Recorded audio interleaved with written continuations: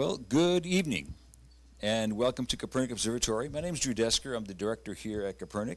It's great to have you here on site. I also want to welcome those watching on our live stream from wherever you are. And so we are here for our Friday night program, and so I always do a very quick survey. Who's here for the first time or hasn't been here since your 4th grade field trip? All right, a few of you, excellent, all right. Anybody here members? Okay, basically the rest of you. Well, for those that are here for the first time or have been here in a while, Kopernik belongs to what's a consortium of science centers called the ASTC, the Association of Science Centers, ASTC. Science and Technology Centers. I should know this. How long have I been here? And we honor each other's memberships. So if you like this kind of place, if you like science centers or whatever, a Kopernik membership is actually quite inexpensive, relatively, and it can get you into over 380 other science centers. In fact, you can get down to the Intrepid Museum, which has the Space Shuttle Enterprise, and has got a Concorde down in New York City. You can go to, actually Roberson, you can go to the Museum of Science and Technology up in Syracuse or down at the Franklin Institute. And in fact, a few years ago, I took my daughter down to the Franklin Institute, and if we had both just paid the one adult and the one child cost, it would have been more than the whole year's worth of a membership up here. So it's certainly a great value. So believe it or not, Kopernik has been around for 50 years. Actually, next weekend, is it next weekend? Yes, next weekend we will actually celebrate the 50th anniversary of the opening of the actual physical facility. And later this fall, we're actually going to be holding a 50th anniversary gala that'll be down at the DoubleTree Hotel, and there'll be more information about that coming out very soon. We're really looking forward to that. I don't know exactly how you all found out about this event, but hopefully, if you aren't already on our email list, you can do that. But on our website, we always keep updated as to what's going on. So obviously tonight is geocaching with my geocaching partner Leann and myself. Also, we've got our summer camps. We still have a few summer camp openings available. In fact, actually, if you go up here, you go to classes, events, and programs, you go to public classes, you go to summer camps, and it'll describe all the camps that we've got going and which camps actually have some spots left. So actually in our sort of entry-level super science discoveries, we're running 2 sessions. We've got 2 spots in the first session and 6 in the left in the second session. We have Secrets of Code, which are at this point we just got 1 spot left in our second session. Some of these are actually all full. So our Welcome Aboard the International Space Station actually has got 1 spot left. But anyway, so if you're looking for a place for your child or grandchild to really get engaged, we're not babysitting. We're actually engaging them with hands-on STEM activities. Come check us out. And let's see here, what else can we talk about? Well, we just did Rocket Fest. We launched 112 of those Estes rockets on June 1st. It was a lot of fun, a great day. And I mentioned earlier that people were watching on our YouTube channel, and so back in 2020, again, every Friday night from March to mid-December, we always do a public program every Friday night. But then COVID hit March of 2020, and we had to stop putting people in a room together. So we figured, we'll just wait a couple of weeks until this thing blows over, and didn't exactly work that way. But we still had all these speakers lined up. So we said, let's do something with that. So we actually had them Zoom into our facility here. We then turned it right around and sent it out on our YouTube channel. And now we have over 13,000 subscribers. So if you actually go to YouTube, and you go to Kopernik Observatory, you can become a subscriber. And when you become a subscriber, you can actually comment in the chat.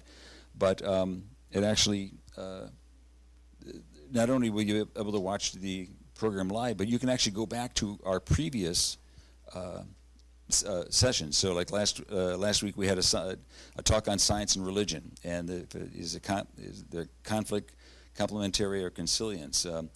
We did a summer skies program, dinosaur artifacts, ring worlds of our solar system, but then how our minds learn speech. So it's not always about astronomy. So it really covers a wide range of topics, and like tonight is about geocaching. So so even if you miss the program, or if you miss coming up here, you can watch it live on our YouTube channel, or you could watch it tomorrow morning by just going to the YouTube channel. So, but anyway, we are really here about trying to help people understand how the world works, how the universe works, how technology works. And this evening's program is actually something we've done a few times before, but it was time to sort of update it. And my wife Leann and I have 2 daughters, and we had heard about this geocaching thing and said, well, let's we like being outside and doing a little hiking. We also like solving puzzles, and so we figured let's give it a shot. So I'm going to invite my wife up, and I will provide the rebuttal to whatever she says here.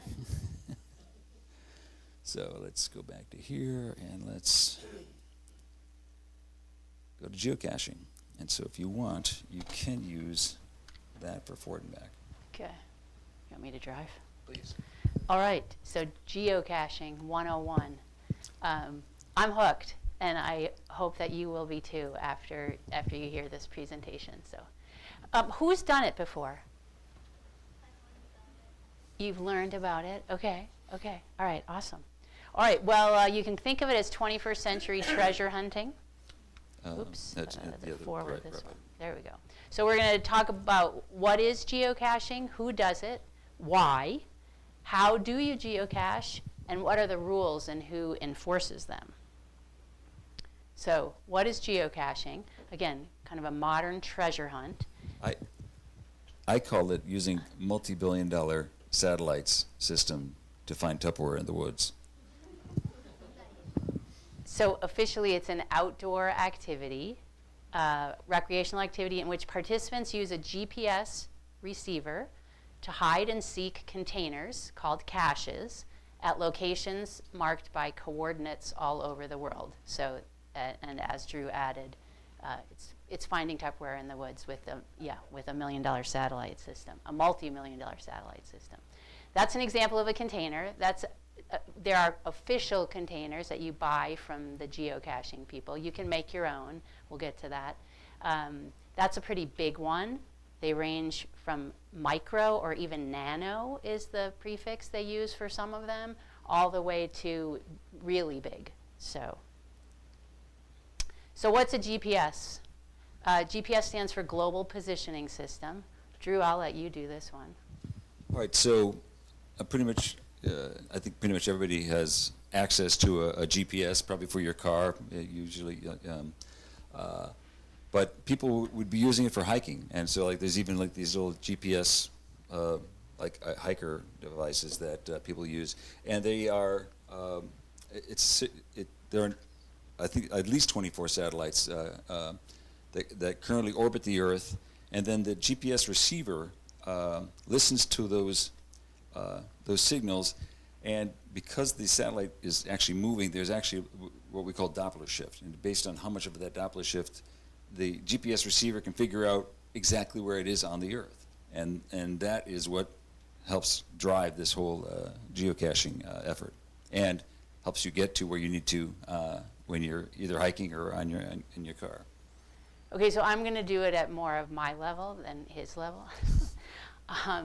So it's satellites rotating around the Earth that all have their own orbits. And at any one time, a bunch of them are visible to the position, if you're standing in a position on the Earth, and the satellites that are rotating. So again, there's at least 24 going around for this system, but you won't be able to see all 24 at once because they're circling, and they're going to be on the other side of the world some of the time, and they're going to be up in our sky some of the time. So you need at least 6 of them, or I think it is, or 7, to get a position. So every satellite is rotating all the time, and the object on Earth looks up. I mean, it's not looking up, right? It's getting the signal from multiple satellites, and all of those satellites triangulate, like use the math that they have to be able to pinpoint the location on the Earth. So that's the system. So that's the global positioning system, is being able to figure out where you are on the Earth by these satellites that are rotating overhead. Invisible to us, but not to the object. So, so again, this is doing the math of, I don't know how many satellites. I think this has 24 going at the same time. Right. So you can see at any one point, as the Earth is turning, that position on the Earth has a changing number of satellites that is visible with it. All right.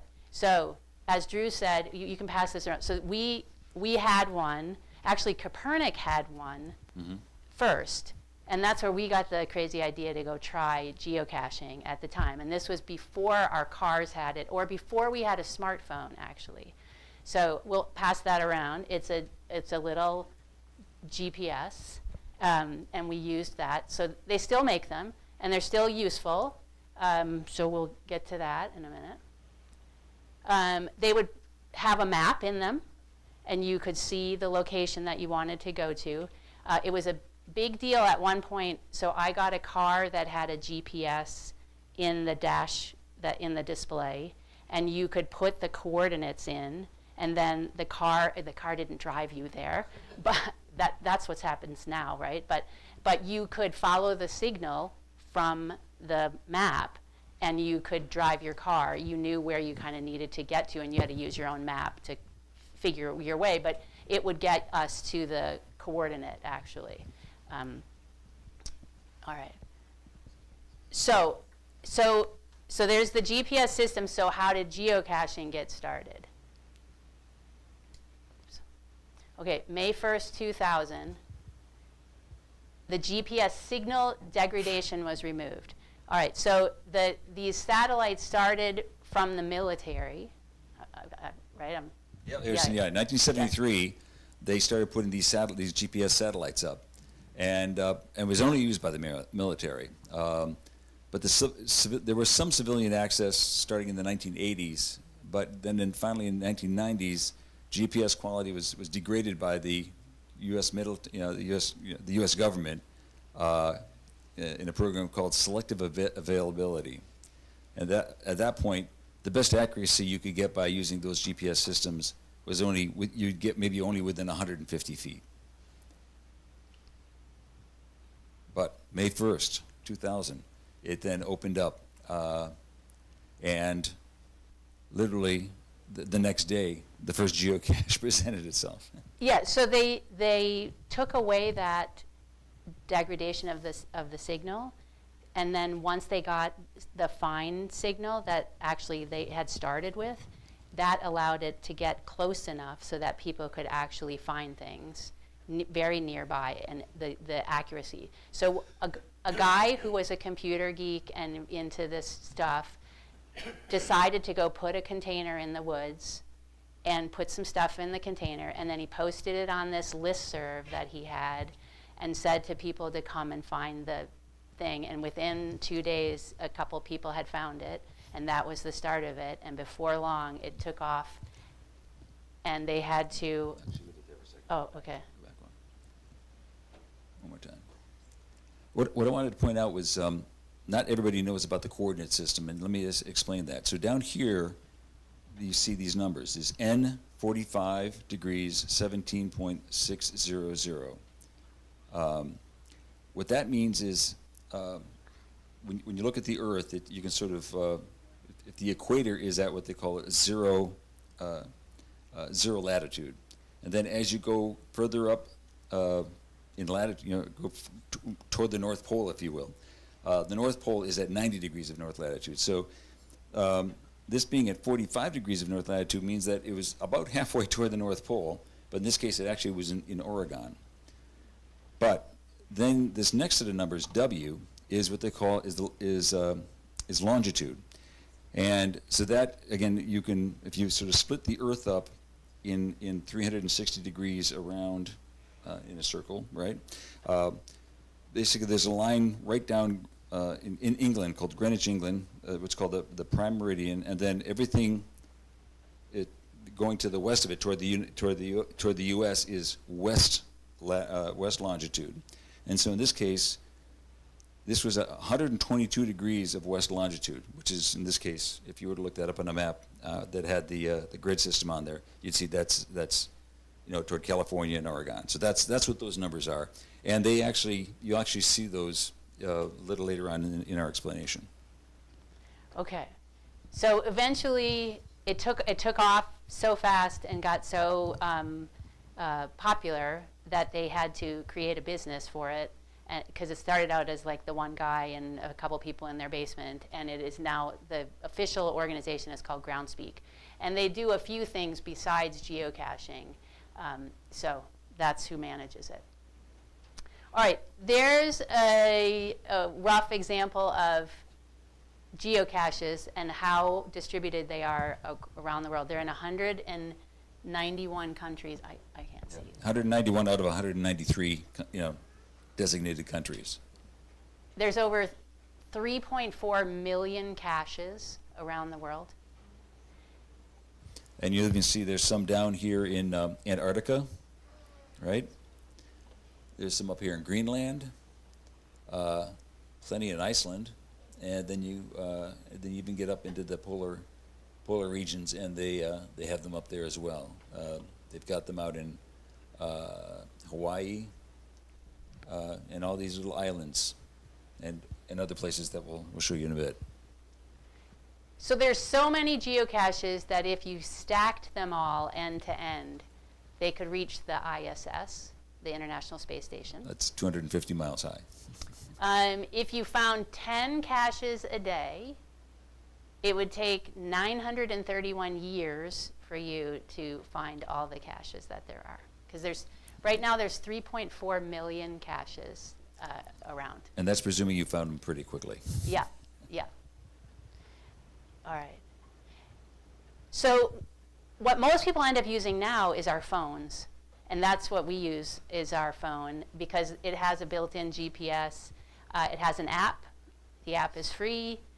Geocaching.com is free. We'll show you. You can pay a premium version for extra bells and whistles. But most people just use the phone instead of those GPSs. Now, the GPS, though, that we passed around is handy when you have no cell signal, and if you happen to be in a place without it, or if you happen to not have a battery or something, your phone dies and your GPS. So that's why if you're really hardcore into it, or if you're hiking or something, again, where you might lose signal, people bring the GPSs with them. Also, data. So like when we were in Europe doing it, we would load up our stuff at the hotel on Wi-Fi, and then we would go out and geocache without using data. So we had not thought to bring our GPS when we were doing that, but maybe next time we do, we'll do it. Okay. So who are geocachers?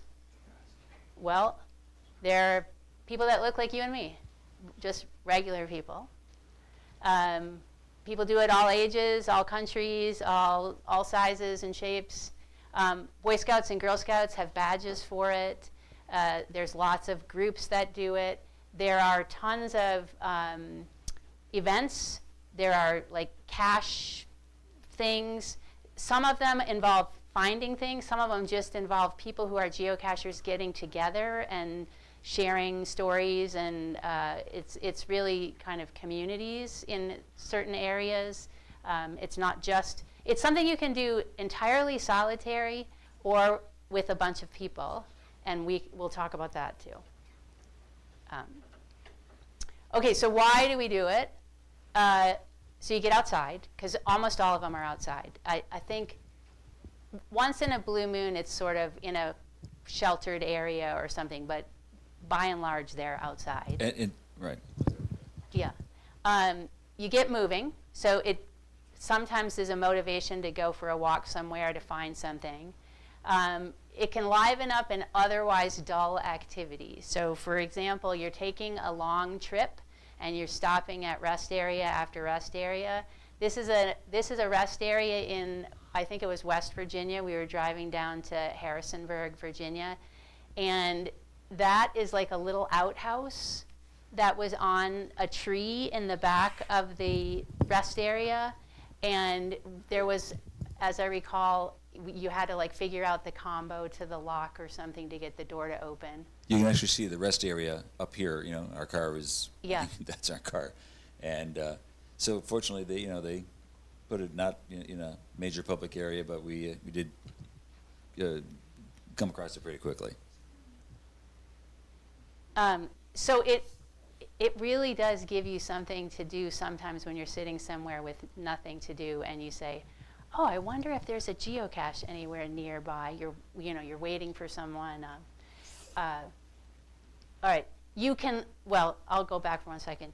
A lot of times they're near historical markers, or they will take you along a whole series of markers. So there's the Appomattox Trail, or there's a whole, my sister's place is in Newmarket, Virginia, which again is along 81 in the kind of Civil War area, and there are a bunch of series of things of geocachers. So one person will take it upon themselves to place a geocache at every one of the markers for some trail or something. So you end up learning about things that you would never know.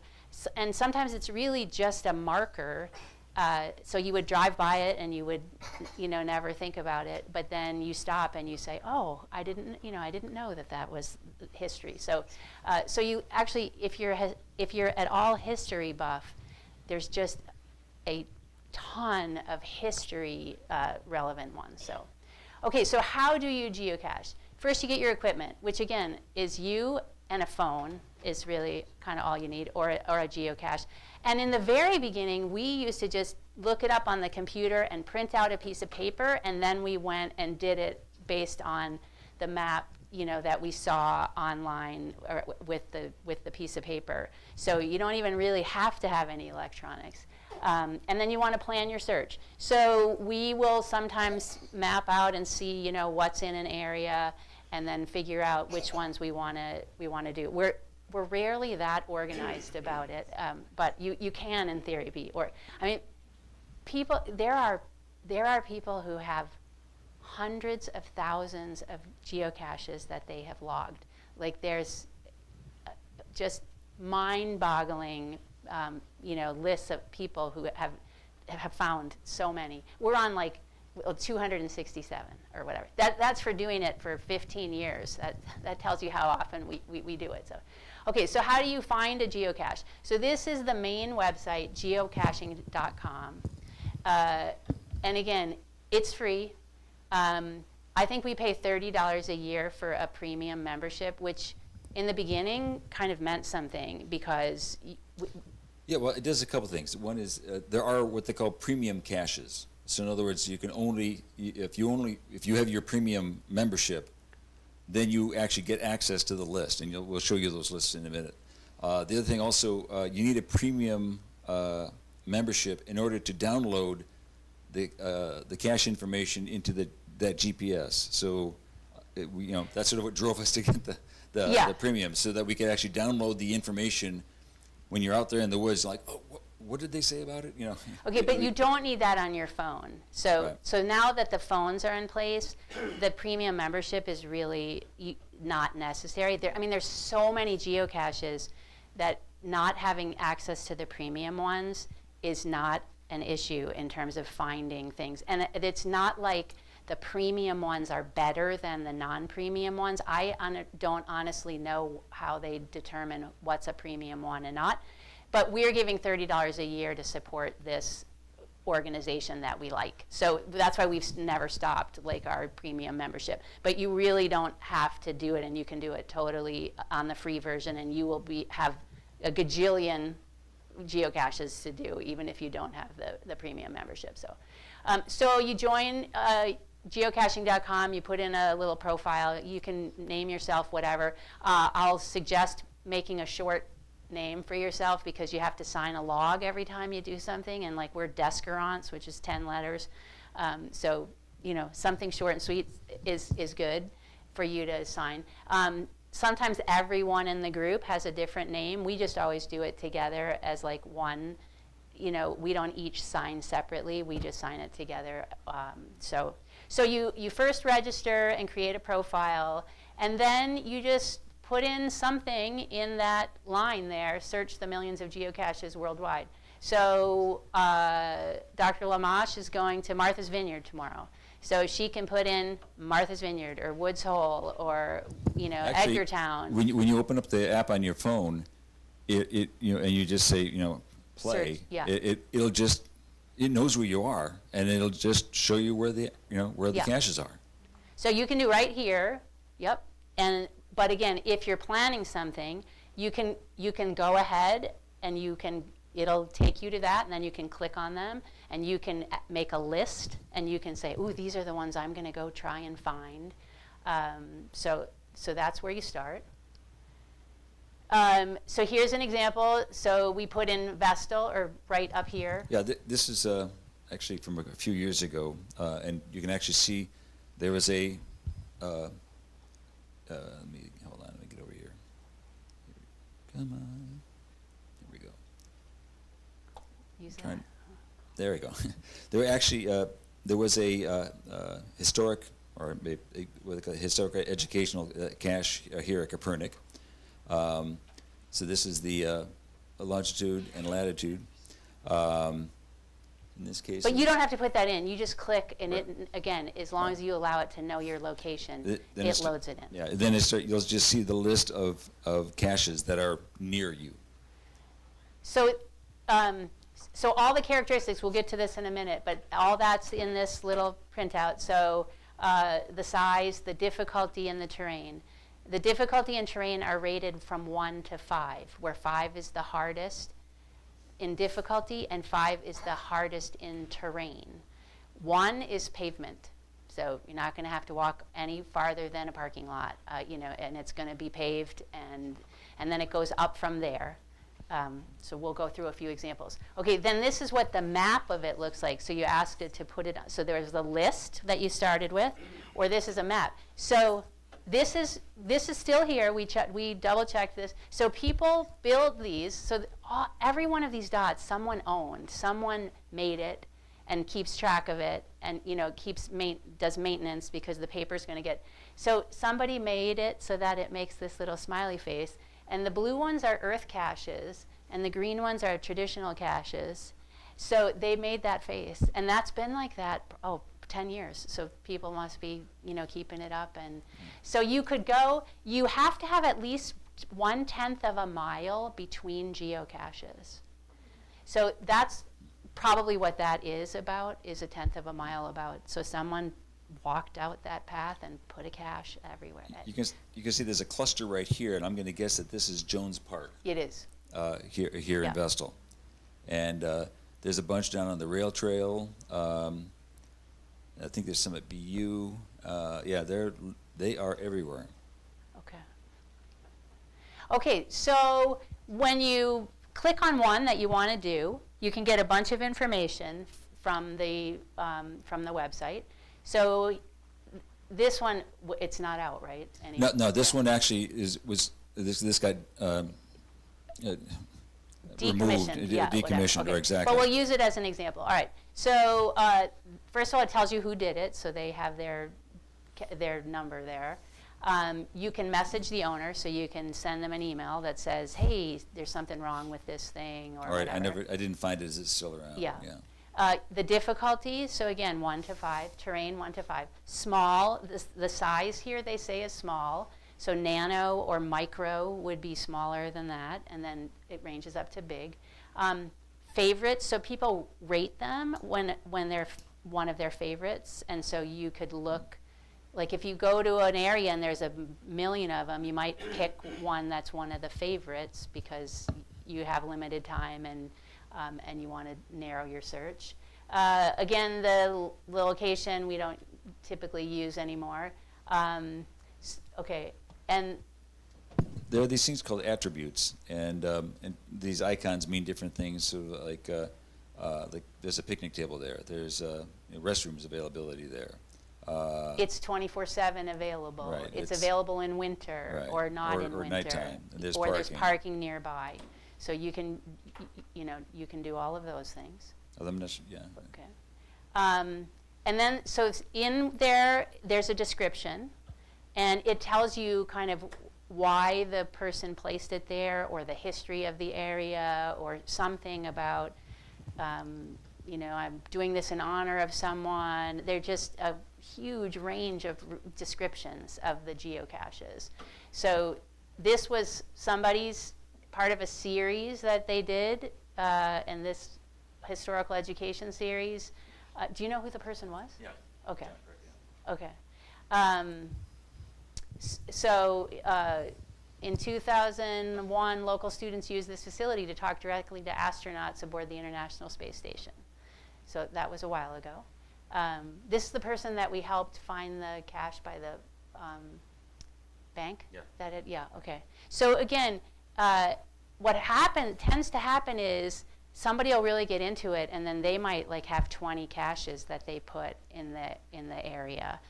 I think, some people just do one cache. Sometimes it's in their front yard, and there's a little library. You know how people have little libraries? Once in a while, someone puts them on the bottom of a little library or something. So it's really in a front yard of someone's house, but it's, so it's because it's always supposed to be on public property. If it's not, it will say it in there, and it will say you can only access it between 8 and 5 when the gate is open, and don't climb the gate. They'll put warnings about poison ivy if there's something that's in the woods, and that once someone recognizes that. So you want to read the description. Well, you want to read the description for anything that interests you. Sometimes the descriptions are long and historical, but we always read them for whatever information is useful for us. Now you'll notice at the bottom there, additional hints. It says decrypt. So in the phone version, it says hint, and you click on hint, and then you will get the hint. In the website version, it's encrypted, and so it's like the quotable, it's like the crypto quotes in the paper. Does anyone do the crypto quotes next to the crossword puzzle, where you have a code for the alphabet? Anyway, if you click on it, it will decode it for you. So they don't want you to see the hint unless you want the hint. So that's how they do that. All right. Okay. So then the next thing is the activity log. So you want to check the log to see, is it really here? Are people finding it, or did it maybe get lost or taken or something? So this is an example. Someone said multiple times here, it needs maintenance, like this has a problem. So they message the owner. But you look for, so here, found it. Happy to find this clever little cache, 9 months since its last visit. Everything is in perfect condition. Thank you for placing this. So you read the log, and if you see did not find, did not find, did not find for the last 3, you can take your chances and think that you're going to find it because you're, keen and smart and all the tricks. If we feel like we've got the time, so let's give it a shot. And that does happen. So someone who's new at something is often not going to find some of the trickier ones. But if you've been at it a little bit, you're only going to spend so much time finding it before you give up and say it must be gone. So, okay. So again, this is what it looks like on the phone. So those were what it looked like on the computer. You pull up the map. It shows you. You click on the map. Description, everything is tappable. So the description here, you're going to click on that, and then that's going to give you the description. Activity, so that's what we saw there was the activity for that. And again, all the sizes. So it's all condensed. Message, if you wanted to message the owner, you would just click on message, and then it would open it, and you would type them a message. Okay, so this is what the activity report looks like on the phone also. So we never go to find a cache without checking the activity log to see that it's actually been found at some point in the recent future, or that the last one was a find at least. Because we're usually not having that much leisure time. Like, we're usually doing this on a focused, we have one break at the rest area. We're going to see if it's there. I mean, we don't want to waste our time usually with it. But if you're just out for the day and you don't really care, you can spend as much or as little time as you want. Okay, so you see this was a nice easy grab in a real neat container. So you can get a sense of how hard it's going to be by reading these activity notes. And no one is supposed to put a spoiler in. So they will give you hints. If you need hints, you can kind of get hints from people. You can, they will suggest that you look at the hint or think about something, whatever, but they won't ruin it for you. No one really gives it away. People are very good about giving you info, but not too much info. So, okay, there's one on the International Space Station. Now, So the person that you see here in the spacesuit his name is Richard Garriott. He was actually a software engineer that made millions of dollars. He was a space tourist and flew on the Soyuz to the International Space Station and spent 2 weeks aboard the ISS. As it turns out, his dad was Owen Garriott, who actually was an astronaut. But when Richard Garriott was there, he placed a travel bug, which we'll talk about in a moment, on the ISS. So his has a chance of being found by, I guess, any astronaut who goes up to the ISS could find for the geocache. And okay, so it was actually placed in 2008, and the astronaut, I think his name is Rick Mastracchio, found it in 2013 and logged it. So there's also one on the Mars Perseverance rover. So that one's going to be harder for anyone to log, I think. So they're everywhere. They're even interplanetary now. So it's really just crazy. All right. This is what some geocache containers look like. So these are all fancy ones. These are all ones that either come through the geocaching catalog that you can buy them, but a lot of people just make their own. People take Tupperware, as Drew had said, and put camouflage tape on it, or brown tape on it, so that it doesn't stick out in the woods. We've seen medicine bottles, like pill caps, prescription caps. Yeah, that's very common too. Maybe hanging in a tree with a little hook in the crook of a tree somewhere. Yeah. Okay, there's a container. So you can see how this one was found. So this is a vent, and you got to take off the vent cover. Now, typically, it wouldn't be like hugely screwed on. It would be loosely screwed on, or maybe there's magnets underneath it. So that would be classic. Would be for someone to have put a couple magnets underneath in those spots, and then that would be magnetically attached maybe to that grate and be in there. So you're always looking for something that seems a little off, like, oh, there's an extra one on that leg. There's like 3 bolts on one leg, and all the other legs have 2 bolts or something. So yeah, why would that thing be there when it's not on everywhere else? But it blends in nicely. So this is another example. So this is probably a micro, someone would call it. I call it a stinker. Yeah.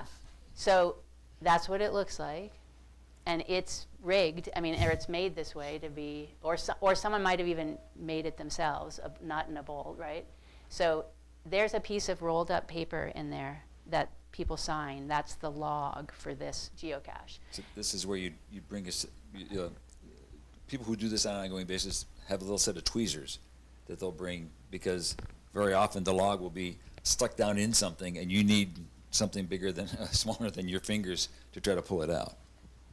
And a lot of times one of the ends is magnetized and it's like this is just attached to something. Now again, there's something in the description or in the clue that gets you to the location, but then you have to try to find where the log is or what the container is. Okay, was this from Ithaca that we did this one, or we found it? So this was on the side panel of an electrical panel outside of a building, and it just sort of looks like a blank that you would otherwise have put an outlet to, into it. But if you actually touched it, it moved, and then you turn it up, you open it up, and boom, there's the log. And that was magnetic. And then it had the log inside a plastic bag. So usually you want to keep it dry. The log is somehow kept dry. Okay, so what's in a cache? There's a logbook of some sort. Only rarely is there not something to write on, but sometimes that is the case, and sometimes you message the person a picture of it, or in some way have to answer a question. So like earth caches, which are geocaching but using geology, like looking at an attribute of a piece of land, or a glacier came through here, and or what fossils or things like that. That you often have to take a picture, and you send the picture or answer a series of questions, and you send it to the owner electronically. So there's some way to log that you did it. There are sometimes trinkets to trade. We call it geocaching crap. Geocrap. Geocrap. So little plastic frogs, or like a marble or something. So we have a bucket full of stuff that we like to leave, because little kids like it when they open up a cache and they get to take the little trinkets that are in there. So it's a way for you to give away your Happy Meal toys, is to do geocache things. There's an information sheet that explains the container and geocaching, as well as contact information. So usually often that's the case. With these really little teeny tiny things, there is nothing there other than the owner of the cache, who has that like 5-letter code on the top. That will be on there, but that's sometimes all that there literally is on the container. And then travel bugs, which we'll talk about in a minute. Okay, so you found it. Now what do? Well, you log it, all right? So this is what I said. This is an example of people logging this. That's some trinkets that were in it. And again, if you have a long name, you have to write the long name. So that's why I suggest going for a kind of shorter name. But if you register yourself on geocaching.com, if somebody else tried to use the name Deskurance, they'd say that name is already used. So it'll automatically figure out. You just have to figure out what works for you. Okay, so you logged it. Now what? You have to put it back exactly where you found it. Exactly where you found it. And that's going to lead us to some etiquette. And this is kind of a fun little video that talks about the etiquette of geocaching. This is from Groundspeak, the owner company.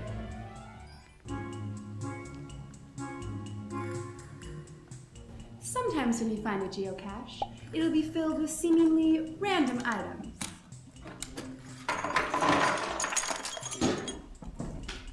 You don't have to trade, but if you do, there are a few guidelines. Trade equal or up? Everything should be legal and safe. Food and smelly items might attract animals. And animals don't even know how to geocache.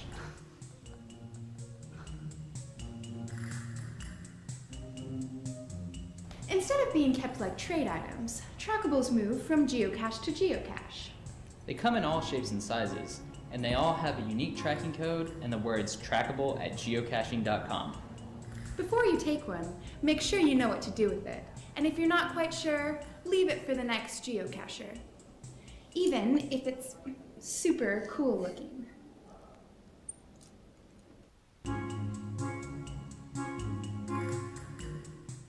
To the untrained eye, geocaches and geocachers might look a little suspicious. While you're out searching, keep an eye out for curious onlookers. They call them muggles. If people are nearby, be as nonchalant as possible.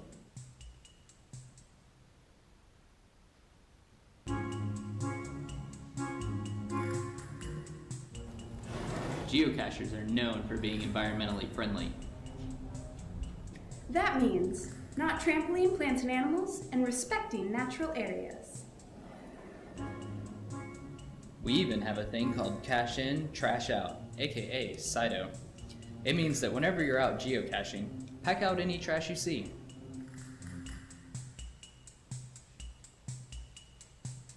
This one's easy. Just think before you geocache. Come prepared, obey local laws, And keep yourself safe.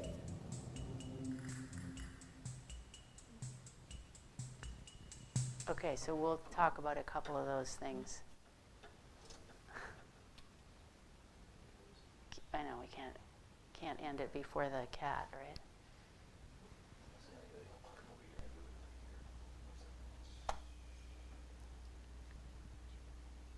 Okay, so there's rules. It mostly applies to the people that are placing the caches, which again, maybe you'll get so into that you're going to want to place your own cache. We have not been brave enough to do that yet. So you can't have any caches on land maintained by the U.S. National Park Service or the U.S. Fish and Wildlife Service. No caches that are buried, so they're not supposed to be underground. No caches placed on archaeological or protected historical sites. No caches close to active railroad tracks. No caches on military installations. Not near or under highway bridges, dams, government buildings, or airports. No caches on school property without permission. No vacation caches, so that means that someone has to be available in the area at all times, not just maybe for 1 month out of the year that you have your cache and you're near it. Yeah, because when we get a message to say that the log is wet or is missing or damaged, you're the one that's got to go and address that. No cache closer than 1/10 of a mile to an existing cache, and the owner must obtain permission from the landowner if required. I was going to say something. I can't remember. Okay. So who enforces the rules? Geocaching.com actually helps to do this. They control the listing of geocaches. They have volunteer reviewers. It's like 300 people that they don't go physically inspect the caches, but they read the descriptions and the upkeep and things and validate that they're actually caches or things. So they just take care. Oh, I was going to say the park. So they make sure that they're complying with any kind of rules, if it's in an area that would be affected by rules. The New York State parks some of them have geocaches, and New York State Park has given them permission, so they're like validated and they have a stamp on them, and you know that that's like an allowable cache. So okay, so a little bit about travel bugs. So again, travel bugs are it's a thing. It's always some object that it has a goal, and the goal will involve traveling from cache to cache, and it's usually a theme. So this one was a BMW like keychain, and the person who placed it wanted it to travel as many times across the U.S. or something as it could. So it started out in either Washington State or Oregon. oh, here, okay. And actually, yeah, if you go to the next slide here, and then it ultimately, got to the East Coast and traveled around, and we followed it for a little bit afterwards. So again, it has a mission. So what happens is you'll just be caching generally, and depending on the size, usually a travel bug has to be in something big enough for you to, so that nano or micro thing with the little scroll of paper in is not going to have a travel bug. But something that's bigger has a chance always of having a travel bug in it. You can actually, often someone will say, so again, we always look at the activity log, and then someone will say, we dropped a travel bug in it. But the travel bug is going to have some kind of goal. So again, this BMW is a 900,000 mile coin or something like that. Its goal was this, traveling, you know, across the states. So if you look at it, you don't want to take a travel bug out of a container unless you can help fulfill the mission of the travel bug. So if the goal is for the travel bug to head west and you're heading east, don't take the travel bug because you're like going kind of against its goal. So here was a travel bug that we found, and it had a little John Deere tractor on that was the trinket, and then it had the official travel bug. So that has the code so for tracking purposes. And the goal of this was to visit farms across America. And my dad, that's my dad actually in the picture, grew up on a dairy farm in Wisconsin.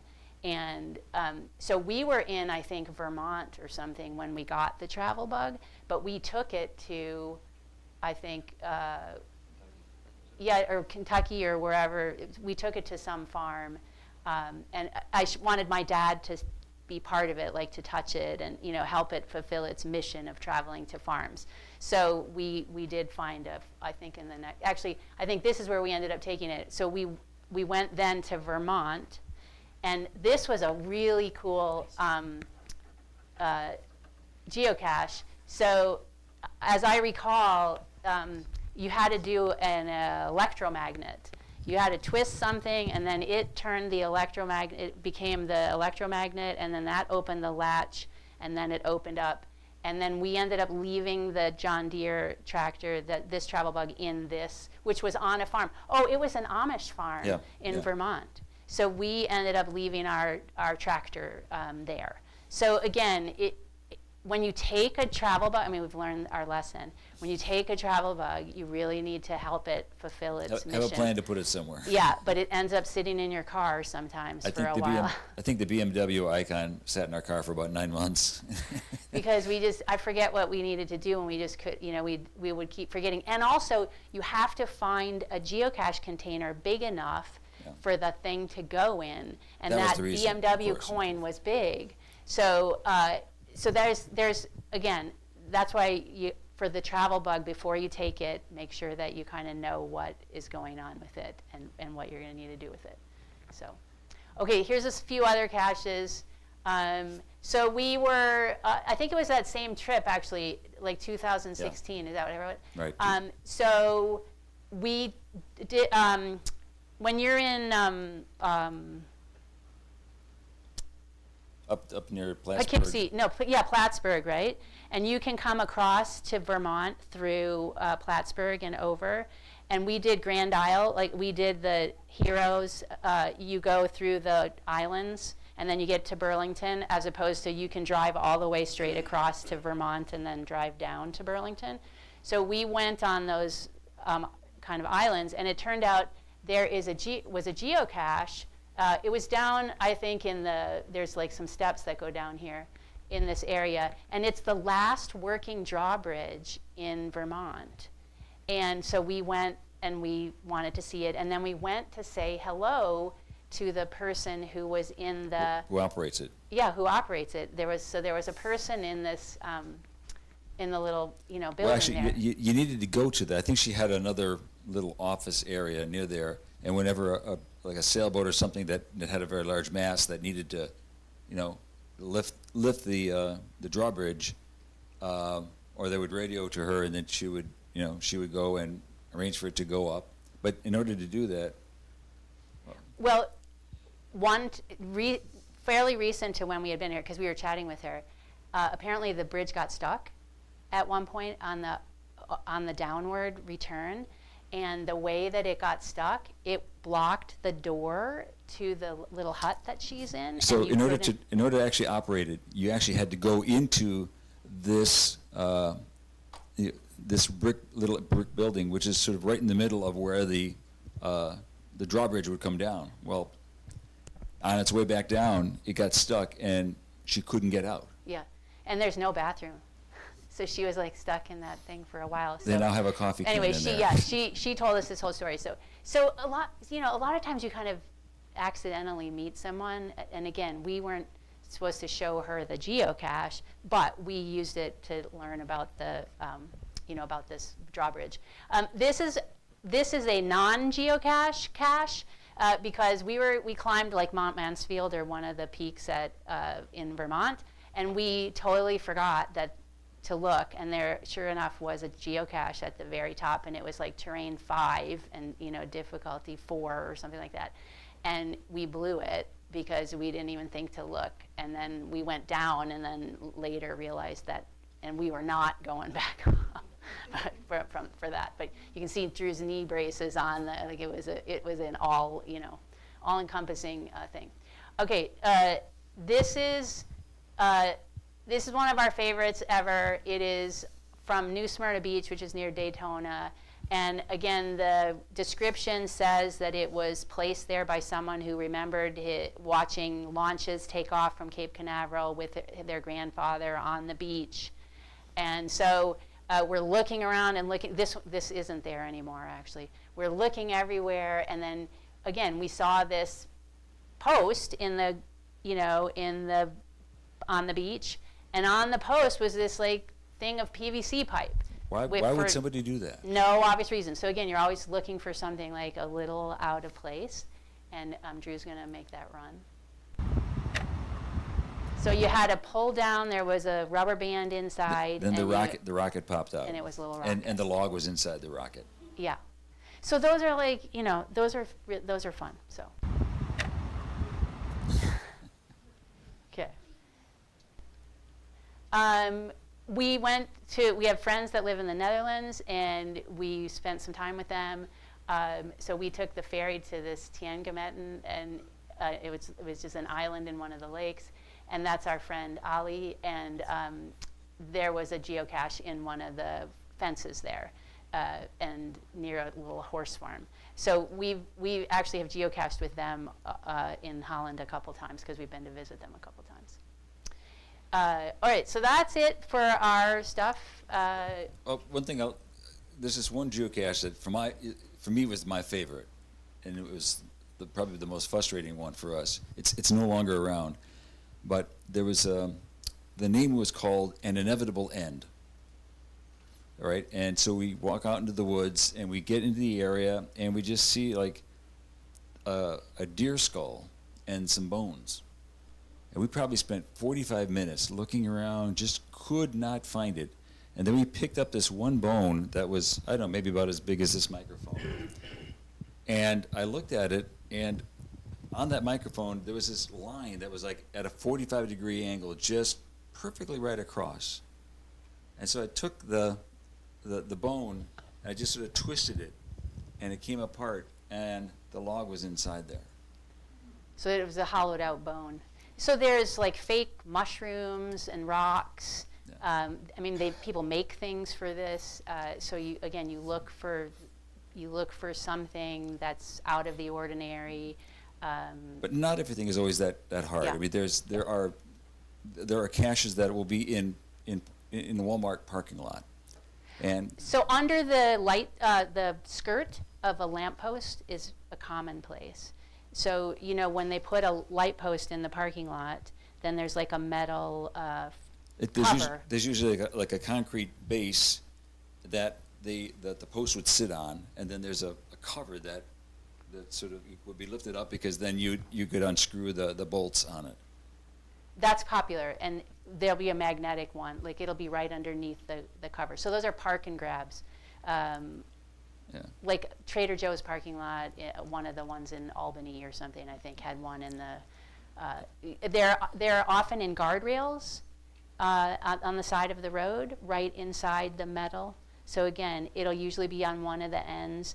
If it's, if it's a long stretch of fence, usually there'll be some kind of hint, like there's a red splash of paint on some pillar to it. So they help you a little bit, because otherwise you're out there all day. Again, I think it's turned every trip we've had into a more interesting trip. And even when we were in France and we were in the Netherlands and Austria, again, we would load it up on our phone with the Wi-Fi from the hotel, and then we would go out and do it and find them. It's that you don't need to read English usually, because when we would do it on the Wi-Fi, we were usually in English, and Google Translate does or it sets the language. So, questions? What's the difference between the blue question mark and the circles? So you're live, right? Yeah. Okay, so that's going to be one that is a mystery. So it's going to have things that you have to solve. So there's mystery ones. There's multiple stage ones. Yeah, here's a multi-cache. So you have to do one thing, and that leads you to another, and that leads you to another. And there are earth caches, like I said, so those are about geological features, and you learn something and you send in some answers. The green ones, we tend to mostly just do the green ones, because again, we're usually just grabbing one for the heck of it. And we always say, oh, we're gonna do one every weekend. I mean, we could do one every weekend here in Binghamton, and we wouldn't finish for 3 years. Yeah. All right, so I just typed Did in you have a Martha's, question, honey? Martha's Vineyard. The blue frowny face one. Oh, was there a blue frowny face one? Yeah. Oh, If it's a frowny face one, it probably means that we didn't find it, but I thought, Oh, hold on. Let's see if I can get beyond that. Okay. So if we go to play, and then there was a view map, what? view map. Okay, let's go take a look. Oh, so this one, that's a That's a double. multi-cache. That's a multi. Oh, right there, this one, what is that one? Keep on rocking on the free world, and I don't think That looks like a frowny face, but there's no yellows at all. Yeah. We usually, it must be that the ones that we've logged have since expired, and yeah, after a while. So I was just looking at the list that we have, and they archive them after so many years. And it must be after so many years of inactivity or something. I'm not sure. Again, because we have not, I thought there were yellow ones though, Drew, today. no, I didn't see it. Okay. So they're usually yellow smiley faces if you find them, and then they're frowny faces if you don't find them. Now, depending on what kind of person you are, you might log the ones you don't find, and you might not log the ones you don't find, because some people don't want to not find anything. So they just keep coming back, and then they will finally log when they find it. Because the question is, did you not find it because you didn't look hard enough, or did you not find it because it's broken, or or someone took it? And sometimes they wash away, or somebody misplaces it. Okay. I thought I could actually put in Martha's Vineyard. For some reason, it's not letting me, but I'm just going to zoom in. Any other questions? Yeah. Do they ever have any competitions or Yeah. conventions? Yes. So that's what I meant by they do have conventions and gatherings and competitions. Yeah. So there's a running tally of how many people have. Yeah. What was an example of competition? I've never. I just know that people have gathered, and I've not really paid much attention to them. But I don't know as much as it's a go, and because everybody sort of has the same map, they're all going to go to the same place very quickly. Although one of the things we would do with our family is, especially when our daughters were younger, is that we'd be all looking independently, and if we saw it, if we found it, I would just very quietly go, move away, sit down, and say, it's here, or I found it. And so it would require the other family members to go and do the same thing, so that, we sort of learned, how to find it. Now it's like, did you find it? Good.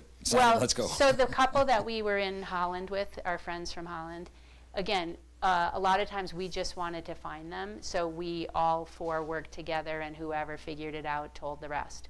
But sometimes we would work differently, and again, we would do it so that everyone had a chance to find it, and then if people wanted, when they were done, and when everyone said, I give up, or whatever, so that's how sort of groups. But I think it's more of a gathering, and people just compare, stories and do. Well, there's also, Groundspeak has other kinds of adventure games that involve other things besides finding these hidden caches. And I've never gotten up to date on that. I've seen it on their website, but have never really gone into it. Yeah, I know that we have done some caches in this area. We've done caches in Arnold Park. We've done caches, along the rail trail. But again, they must have been decommissioned. So the caches all have a name. Yeah, right. So right. So people are like, so lobsters are red. Guess where that is? It's on the Vessel So Parkway. Drew, there's something wrong with your thing, because You're seeing the yellows? yeah. So that's what mine looks like right now. So you can, there's yellow. You can see the yellow. Can you see all the yellow smileys? Yeah. So those are ones that we've done in this area. So I'm not sure what. Okay, well, so here are, like when we were down in And you can erosion see top that of Mount Mansfield. there's a blue frowny face, right? And there's this yellow smiley one, and then a green one we didn't do yet. So Yeah, I don't know why. it's somehow that's showing not up. syncing. Any questions on the chat? Yellows are the yellow smiley faces are the ones that we found. Any other questions? So how many's around here, around Kopernik? There will be one soon. Well, so see, it's on my map. The What? Kopernik one is on here. Really? Yeah, it's underneath there. There it is. I don't know why you have it and I can't, because we should be having the same I know. same account. So we'll have to There's- look into that. Yeah. I want to do that smiley face. We should, as Don't you think? Kopernik should, This sponsor one and is like a geocache. So this is actually attached to something metal, and then you find out this. Sometimes they call it a bison tube, and then it'll unscrew. Do you need tweezers, Drew? In this case, I don't. So here's the log. You want to So pass the- that? What? Yeah, you want to pass that around? So that's a classic one. That's a classic one. And somebody even With a put a little ceramic donut with a bite out of it. So that's going to, in the description or in the instructions, it's going to say BYOP, bring your own pen or pencil. Because there's no room for a pen or pencil in that container to sign it. Yeah. So you always carry a pen with you or a pencil. And what is the case? So again, so this has two magnets on it. So this would be kind of a classic container so that's gonna, right? So it's gonna be like so that bison tube, Fits inside there. so this would be under a park bench. This would be sitting on like again, it would be right next to a container. Or Or just sitting right underneath it, yeah, a lot of times it's underneath. So when you sit down at the bench, and again, you're called a muggle. Muggles are people who are not geocaching. Okay, that's right. But non-geocachers are muggles. So you'll sit down on the bench, and then you'll be like kind of feeling, around, and you're trying in the to. video, you sort of saw that the guy did the arm, lady yeah. did the thing, and then Yeah. she picked up the. So You can tell sometimes that people know that you're geocaching. In fact, it's funny because sometimes you'll see other geocachers, and they'll be sitting when the people are walking around like this. Yeah, you on your know, phone. Oh, yeah, and they like, all right, they got to be geocachers. Are they always supposed to be placed outside, or like? Yes. Could it be placed, can't be placed inside a building? No. They're not in a building, no. Again, they might be in an alcove that's sheltered, but they're always outside. Yeah. At one point, the geocache that was here originally was actually a fake electrical outlet on the gazebo. You know how they had those little, those weather plates that you that would otherwise cover it, and then if you open it up, then you see the outlet. Well, if you open this one up, that's where the log was. But also, if you sort of look around, you didn't see any wires going to it. So it sort of, it looked normal, but when you really thought about it, why would this thing be just sort of floating with nothing connected to it? So why isn't that one there anymore? Do you know? It ended up getting decommissioned, and people were sometimes also it was in a sort of heavily muggled area because people are always up here, and so after a while it just became too hard to sort of keep it going. So when I've decided I'm going to go ahead and we'll put a new one here, and it'll be in a less muggled area, especially now with the playground. You'll often have muggles up here, and But you could hang one in a tree. You can do, yeah. Actually, I think the first one we ever found was actually up near Ithaca College. Yeah. And it was literally hanging in a tree. Or sometimes it would look like a pine cone, and it would be stuck in a pine tree. So, but you have to sort of see, like, it gets you close. And then the other thing also sometimes, again, you're using your phone.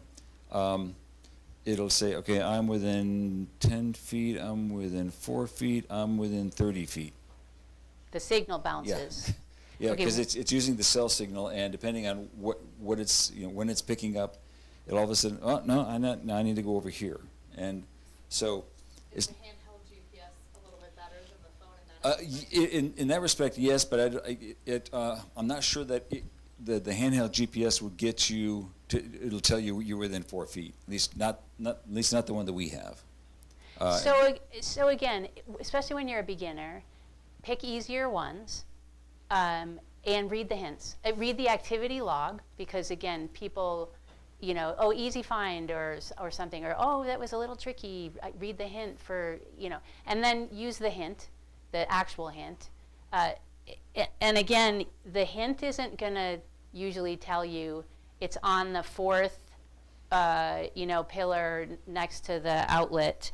It's gonna probably say something like red and white or something, and then one of the, I don't know, something's going to have like a red and white sign nearby or something. So they try to give you a hint without totally giving it away to you. All right, so we'll go to this one down here.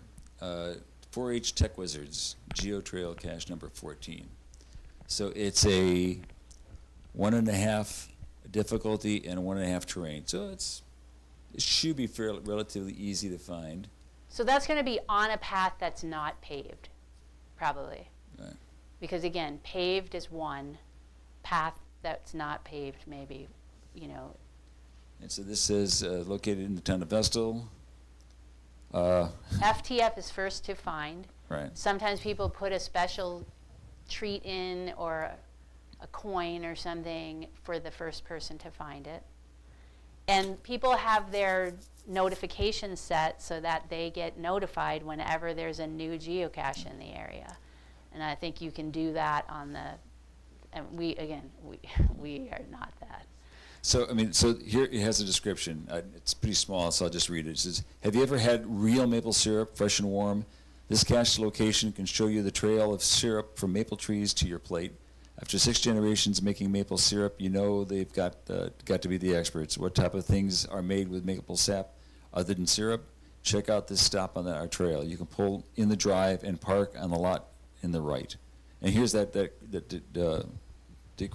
encryption or hint that if you want to do the encryption, you can So just if you click on you it. just click on it, It says, no maple sap will get on this cache. So that, So it must not be near a maple tree or something, or what, I don't know, right? So Right, again, it's a right. hint, but it must be in context. That hint is going to make sense for finding where it is if you're having a hard time finding it. then you can say, you can log the cache and say, all right, Oh yeah, so now the logging's all electronic. I mean, right, so it's, I can found it, I didn't find it, or if I say, if there's a problem, I can say owner needs attention, and the log date, and then sometimes people will put, their comments in down there. oh yeah, so sorry, we forgot to sort of mention that. So you log it in the paper, and you log it electronically. Right, And again, we used to, in the beginning, come home after the trip and then put them in because we didn't have the phone. We had it on the computer. We did it on the computer. But now you just click. So you put the, okay, when you click on the one on your phone and you see the one you want to get to, there's another click for directions or whatever it is. So you click on that and then it's going to point you towards, just like you have Google Maps out, and it will show you the direction that you need to go, and it'll say 150 feet, 120 feet, 100, whatever. So it's using the map feature also. And then when you find it, you can just log it. You just click log and you do it right into your phone. Or again, if you're on computer, you can do it on the computer later. So that's how other people know that you found and that this cache is active and available. you see, if you actually go up to Otsenango Park, they've got some caches there as well. Let's see, where's Otsenango Park? Port Dickinson. There. Is it Shenango River Rat Pit? No. What? You're down. Okay, well this is the 81 crossover, so it's north of that. I thought it was like, it's here, right in here. Box Elder, Water Buffalo. So yeah, all of this is, well, let me think here. That's the, Yeah. That's Otsenango, right? Yeah. yeah. Yeah. So there's a mystery one, not a walk in the park, for Cody. So see, someone is dedicating that probably to. Description. An ammo, so a 30 A 30 caliber ammo can. is that what this is? Is this No, a 30 so caliber? the size is regular. So no, Oh. it's Oh, an ammo an can. ammo Oh, can. So that's it's a going to big be box. it's going to Yeah. be probably like 9 inches by Okay. 4 inches by 6 inches or something like that. And you're more likely to find travel bugs in some, in that.